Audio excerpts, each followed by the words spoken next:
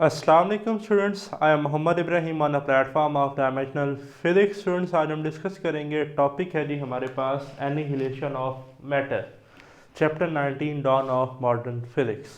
Students, जैसा कि आप जानते हैं कि फोटो इलेक्ट्रिक इफ़ेक्ट का रिवर्स प्रोसेस जो है वो एक्सरे है, या एक्सरे का जो रिवर्स प्रोसेस है वो फोटो इलेक्ट्रिक इफ़ेक्ट है। इसी तरह स्टूडेंट, पेयर प्रोडक्शन का जो हमारे पास रिवर्स प्रोसेस है उसे हम कहते हैं एनिहिलेशन ऑफ मैटर।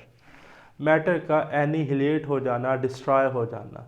अगर एक पार्टिकल और उसका एंटी पार्टिकल आपस में मिल जाएं, ठीक, तो बड़ी ही लार्ज अमाउंट ऑफ एनर्जी जो है वो रिलीज होती है in the form of gamma photons और the pair of gamma photons. ठीक, तो हम डिस्कस करते हैं जी कि it is the reverse process of pair production.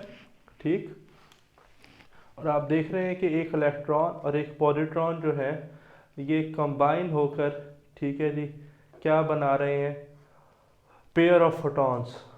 तो स्टूडेंट, जैसा कि आपने देखा कि इलेक्ट्रॉन और पॉजिट्रॉन मिले, कंबाइन हुए और ये एनिहिलेट हो गए, और रिजल्ट में हमें लार्ज अमाउंट ऑफ एनर्जी मिले in the form of 2 gamma photons. ठीक student, it is the verification of Einstein equation. Student, हमने देखा पेयर प्रोडक्शन में भी आइंस्टाइन इक्वेशन ट्रू थी, एनिहिलेशन ऑफ मैटर में भी जो है आइंस्टाइन इक्वेशन वो प्रूफ हो गया कि ट्रू है। पार्टिकल जो है, ठीक है जी, मींस मैस जो है वो किस में कन्वर्ट हो रहा है, एनर्जी में। ठीक हो गया। तो देखें, पॉजिट्रॉन और इलेक्ट्रॉन मिले, एनिहिलेट हुए और हमें क्या मिले, 2 गैमास। तो ये इक्वेशन है हमारे पास एनिहिलेशन ऑफ मैटर की। नेक्स्ट है student, conservation of momentum, charge and energy.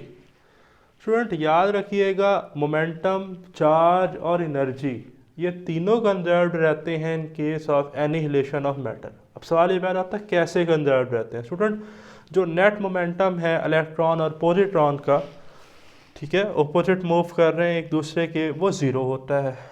तो मोमेंटम कंजर्व करने के लिए फोटॉन भी एक दूसरे के ऑपोजिट क्या करते हैं, मूव करते हैं। तो इस तरह से प्रूफ हो गया कि मोमेंटम जो है वो कंजर्व्ड रहा।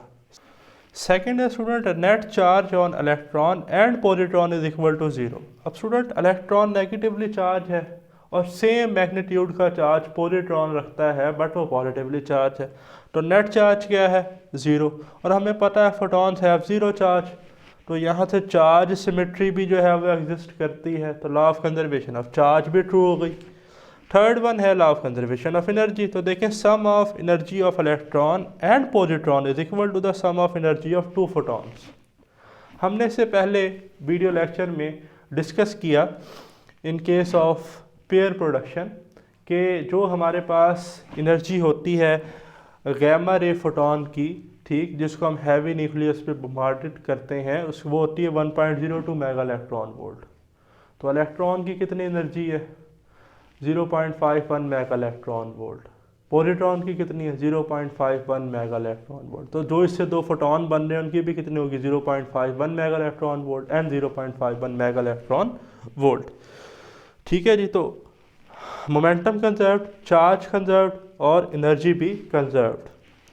Existence of positron. स्टूडेंट, जो पॉजिट्रॉन का एग्जिस्टेंस है ये सबसे पहले प्रेडिक्ट किया डायराक ने 1928 में।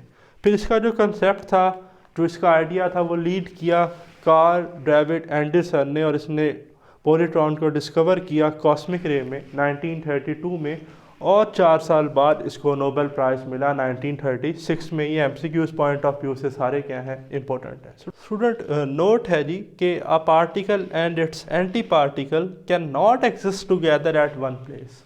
पार्टिकल और एंटी पार्टिकल दोनों एक जगह पर नहीं पाए जा सकते। रीज़न ये है कि दोनों एक दूसरे को एनिहिलेट होंगे, एनिहिलेशन ऑफ मैटर का प्रोसेस होगा, लार्ज अमाउंट ऑफ एनर्जी जो है वो रिलीज होगी। ठीक है जी। तो जैसे कि प्रोटॉन है तो उसका भी हमारे पास एंटी पार्टिकल होता है, एंटी प्रोटॉन, जैसा इलेक्ट्रॉन का एंटी इलेक्ट्रॉन है जिसे हम पॉजिट्रॉन कहते हैं। तो कभी भी पार्टिकल और एंटी पार्टिकल एक प्लेस पर एग्जिस्ट नहीं कर सकते। तो मिलते हैं नेक्स्ट वीडियो लेक्चर के साथ। अल्लाह हाफिज़।